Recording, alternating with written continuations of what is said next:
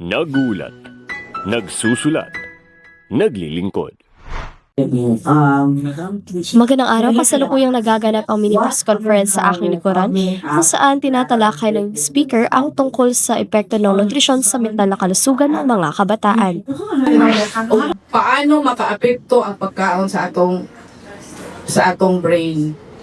Any guess? No, unsa ka ha? Kung walay kaon, unsa kay mahitabo sa ato ah? Walay gana sa unsa lang. Oh, okay. Kay ang food, monay mo fuel sa ato ang lawas.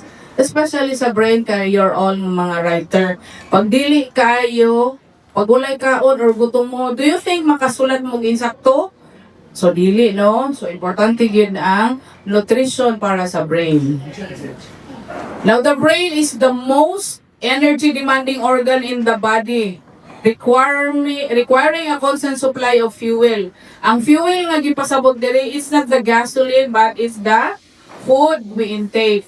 What we eat has a profound impact on brain health, influencing cognitive function. Or suwaton. So never skip meals. Kinahanglan mukaon pamahaw, paniudto, panihapon nga pareha og oras.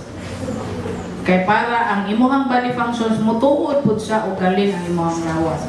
And this is the most important point.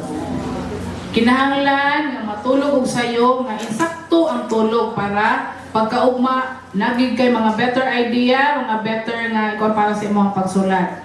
Mga 9 PM, tulog na ka mo anang 9 PM? Kinsa may natulog na anang 9 PM? Wow, congratulations. Kay cell regeneration starts at 9 PM. Halo, 9 PM ako, may magpanihapon na mga ay.